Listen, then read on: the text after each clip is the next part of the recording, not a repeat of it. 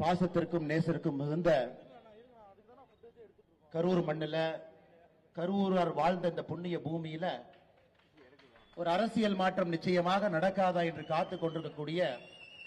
அன்பு கரூர் சொந்தங்களே, மேடையின் மீது இருக்கக்கூடிய பாரதிய ஜனதா கட்சியினுடைய எல்லா நம்முடைய முக்கியமான தலைவர்களே, முக்கியமாக கரூர் மாவட்ட பாரதிய ஜனதா கட்சியினுடைய மாவட்ட தலைவராக இரண்டாவது முறையாக தேர்வு பெற்றிருக்கக்கூடிய அருமை சகோதரர் செந்தில்நாதன் அவர்களே, மேடையில் இருக்கக்கூடிய பாரதிய ஜனதா கட்சியினுடைய மாநிலத்தினுடைய துணைத் தலைவர், இந்த பகுதியினுடைய பொறுப்பாளராக இருக்கக்கூடிய அண்ணன் KP ராமலிங்கம் அவர்களே,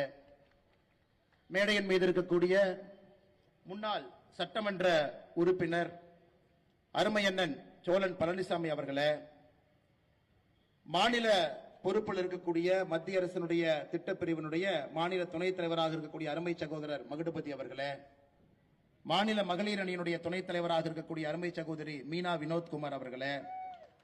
நம்முடைய ஆற்றல் மிகுந்த பொதுச் செயலாளர்கள் அருமை சகோதரர் சக்திவேல் முருகன் அவர்களே, ஆறுமுகம் அவர்களே, கோபிநாத் அவர்களே, பொருளாளராக இருக்கக்கூடிய அருமை ஐயா குணசேகரன் அவர்களே, மாவட்ட செயலாளராக இருக்கக்கூடிய அண்ணன் வேலுச்சாமி அவர்களே, நம்முடைய மாவட்ட செயலாளர்களாக முக்கிய பொறுப்பிலிருந்து பணியாற்றிக் கொண்டிருக்கக்கூடிய அண்ணன் சுப்பிரமணி அவர்களே, RVS செல்வராஜ் அவர்களே, குணசேகரன் அவர்களே, ஆறுமுகம் அவர்களே, அரவக்குறிச்சி அருமை சகோதரர் பிரபு அவர்களே, நாமக்கல் மாவட்டத்தினுடைய தலைவராக இருந்து இந்த நிகழ்வுக்கு நம்முடைய அன்பை ஏற்று இங்கு வந்திருக்கக்கூடிய அருமை சகோதரர் ராஜேஷ்குமார் அவர்களே, மேலே இருக்கக்கூடிய மற்ற தலைவருடைய பெயரையும் நான் சொல்ல இருக்கின்றேன். மண்டல் தலைவர் உட்பட இந்த பகுதியினுடைய நகர தலைவர்கள் மிக கடுமையாக உழைத்து நாம் எல்லாம் சந்திப்பதற்கு ஒரு பெரிய வாய்ப்பு எடுத்து கொடுத்திருக்கிறாங்க.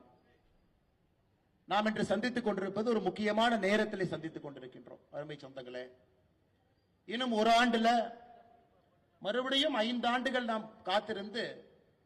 அரசியல்ல ஒரு மாற்றம் வராதான்னு ஒரு முறையும் காத்திருந்து வாக்களித்து ஏமாந்து கையில் இருக்கக்கூடிய மை மட்டுமல்ல கையில் இருக்கக்கூடிய ரேகையும் தேய்ந்து மாற்றம் வராதான்னு 5 ஆண்டுகளுக்கு ஒரு முறை காத்துக் கொண்டிருக்கக்கூடிய மாநிலத்தினுடைய சட்டப்பேரவை தேர்தல் வர இருக்கிறது.